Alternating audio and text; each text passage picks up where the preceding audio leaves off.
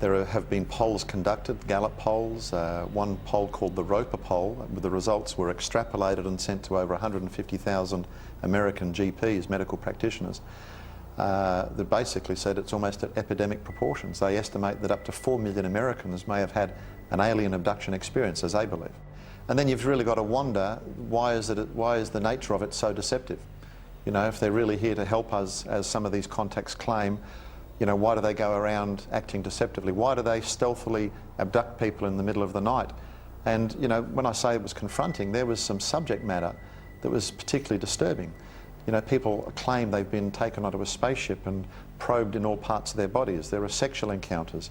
There seems to be some sort of almost ritual abuse that's going on. So you've got to ask, why would advanced, you know, evolved creatures, you know, kidnap people in the middle of the night and do these horrible things to them, and yet say, you know, we're here to help you evolve? And it's interesting that, you know, we'd like to apply, if you like, a scientific tag to it, but quite simply it seems that these creatures claim that they fly millions of light years across the universe to basically deny the Bible, Christianity, and teach us almost New Age beliefs. Why would advanced extraterrestrials come just to teach us religious messages? And it seems to me, and again the researchers will show you, that the messages being received are deceptive in nature. They will tell you things like, well, you know, we've come from Venus or Mars. In the 60s, that was the messages. Well, we now know that's impossible. Now they say they come from Sirius or Orion or Zeta Reticuli or somewhere far off, where we can't test those claims. And that's the problem.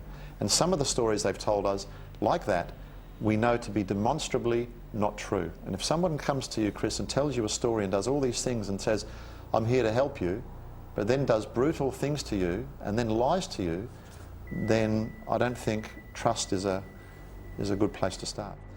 Let me just talk about abductions, because as I said, that's where I think we can unpick it.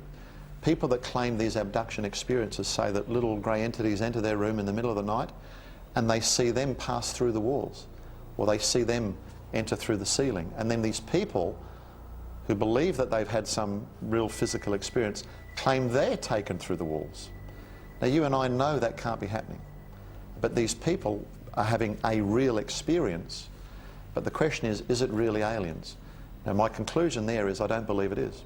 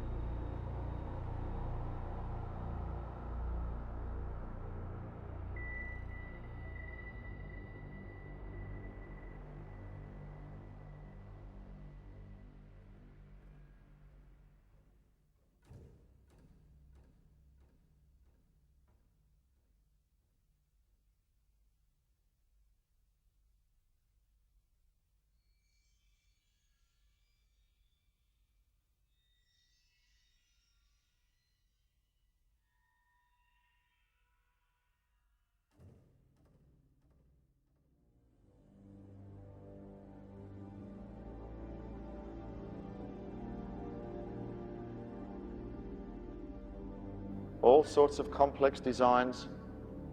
These first appeared in the late 60s, I think early 70s, in the south of England. And they were a pretty simple design, and then they got more and more complex. And some of the hyperbole that's followed these, and you've heard some of this stuff, they are so precise and so exact, they could not have been man-made. The stalks have been bent in such a fashion, they've not been broken. We don't know any technology that can do that. There's leftover radiation. The cellular structure of the corn stalks or the wheat stalks or whatever it is have been changed. We've heard stories like that. But in the 1980s, two elderly gentlemen by the name of Doug Bauer and Dave Chorley stepped forward and claimed responsibility for all the crop circles that appeared, you know, in that early period. Now, they multiplied all over the world, so the first thing you need to realize, even though there are experts called seriologists, okay, serious field studies in this, that say they were created by aliens, just average Joe Blows like you or me gathered that it could be made, and they started replicating it all around the world. And Doug and Dave, when they came out and took credit for them, they were debunked. Here's how they make them. You can go to this website, circlemakers.org, and that's how they make them. Look at this, folks, a plank and 2 bits of rope. That is the most common and effective method used by people all over the world in making crop circles. However, there is a sinister side to it. And the circle makers, and again, look for yourself, you go to their website, their name originally was Team Satan. And you would wonder why somebody would call themselves Team Satan. I mean, they're in this for business now. Obviously, it was politically incorrect and they changed it. But why would a group of people call themselves Team Satan? Well, when you investigate their website, you'll see that they say when they build these crop circles, they have all sorts of paranormal experiences. People have had healings. There's been radio interruptions. Lights have appeared in the sky. And so they don't believe that it's UFOs. They just think it is some sort of psychic or paranormal experience.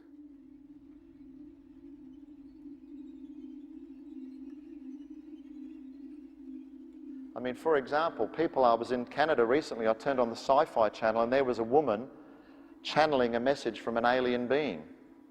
And she was saying from this alien being that we've evolved to such a state that you couldn't see me.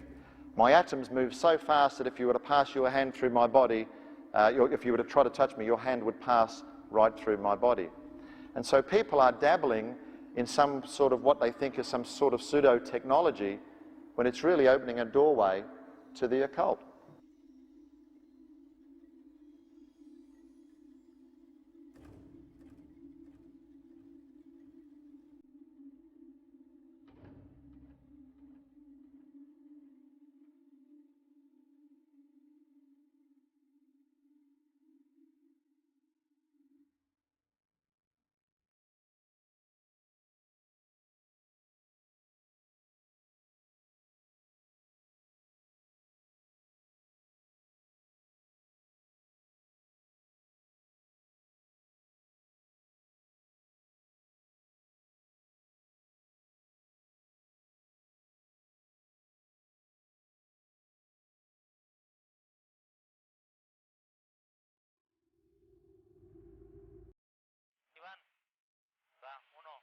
Uno. Y ahí van los atrás.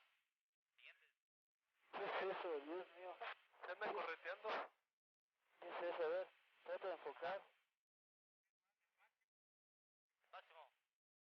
Ok, no dejes que lo dejes atrás. Ok. Van.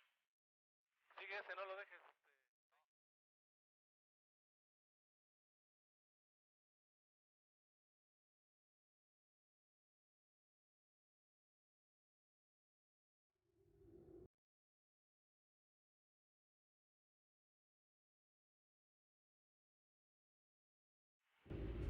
Qué barbaridad, ¿eh? Ahí se van a ver bien. Y van a una velocidad, pero 1, 2, 3, 4, 5, 6, 7, 8 en la pantalla. Síguelo, no lo cierras. ¿Están a la misma altura Telles? Afirmativo. Poquito, arriba.